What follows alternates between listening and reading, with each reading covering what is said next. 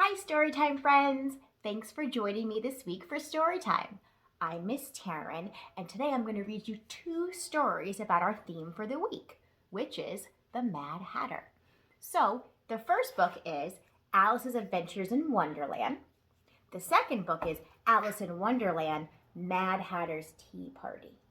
So get comfy and listen to my stories. Alice's Adventures in Wonderland. This is Alice. Alice follows a white rabbit through the woods.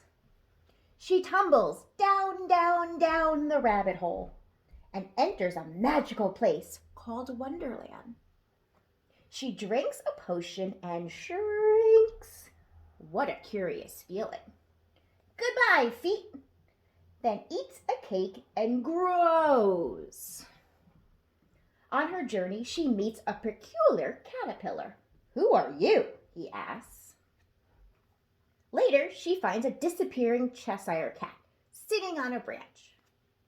"I wish you wouldn't keep appearing and vanishing so suddenly," says Alice to the cat. Alice attends a tea party with a bunch of new friends. A March Hare, a Mad Hatter, and a tiny little dormouse. Alice follows an army of playing cards, marching past, and plays an odd game of croquet with the Queen of Hearts. After quite an adventure indeed, Alice awakes from a dream. The end. So that was our first story. Our next story is the Mad Hatter's Tea Party.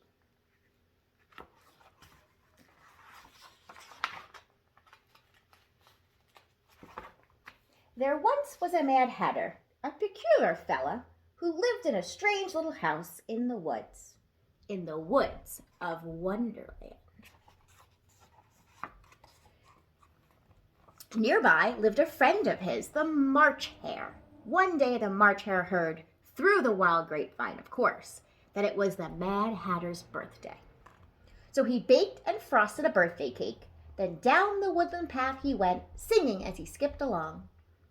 "The very merriest birthday to you, the very merriest birthday to you."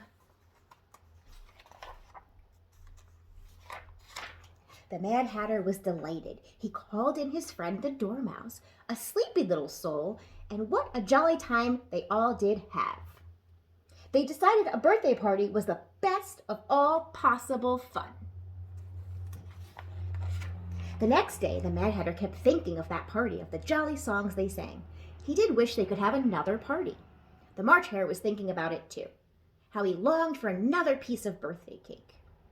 And the sleepy Dormouse wished for another cup of tea. But it was nobody's birthday that day. The Mad Hatter had just had his. The March Hare's was months and months away. And the Dormouse had been so sleepy when his mother told him about his birthday that he couldn't remember it at all. "Oh me," sighed the March Hare, "nothing but unbirthdays as far as I can see. It really isn't fair. Only one birthday a year and 364 unbirthdays." 364 unbirthdays, cried the Mad Hatter. "Well, fine, splendid. Let's celebrate those." So they did. Every day they had an unbirthday party. Every day they set up the table and hung up the decorations and had birthday cake and tea. And after the party, they cleared everything away. But that soon got tiresome. So they set up a great long table underneath the trees. They put chairs all around and cups and plates and pots of tea. After that, they never cleared anything away. Whenever things got messy, as things at a party will, the Mad Hatter would call out, move down, and the March Hare would call out, clean cups, and away they would move to new places at the table. So the unbirthday party went on, and every day they happily sang, "A very merry unbirthday to you, a very merry unbirthday to you." All that morning got to be too much for the sleepy Dormouse. Since he was so fond of tea, he just chose himself a teapot, climbed in, and stayed. Now and then he would open a drowsy eye and join in for a bit of fun. One day, a little girl named Alice wandered into Wonderland. She soon heard singing and hurried along through the trees to see what was going on. In through the Mad Hatter's gate she stepped. Alice saw the colored lanterns hanging from the trees and the cakes upon the table, and she heard the jolly song, "A very merry on birthday to you." To who? "A very merry on birthday to me." Then the Mad Hatter saw her. "No room," he cried.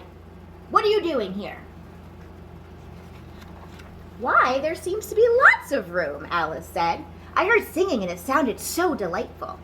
"It did," cried the Mad Hatter. "What a charming child. Come in, my dear. Sit down, sit down." "Whose birthday is it?" Alice asked as she sat in an empty chair. "No one's. It's an unbirthday party," they said and explained. "Why, then, it's my unbirthday too," Alice said. "A very merry unbirthday to you," sang the Mad Hatter and the March Hare. "Won't you have some tea?" they asked. "Yes, thank you," Alice said. "Just a half cup, please." The Mad Hatter snatched up a carving knife and he cut a cup in two. "My," said Alice, "I wish Dina were here to see this." "And who is Dina?" the March Hare asked. "Dina is my cat," Alice said. "Cat, cat, cat," cried a horrified voice, and the Dormouse at the sound of that dread word popped up from the teapot up into the air. Then before Alice even sipped her tea, the March Hare pushed her and cried out, move down, clean cups, clean cups." "This is the silliest party I've ever seen," said Alice. She walked out the gate and off through the woods. No one seemed to notice that she had left. There they are to this very day, singing and drinking cups of unbirthday tea.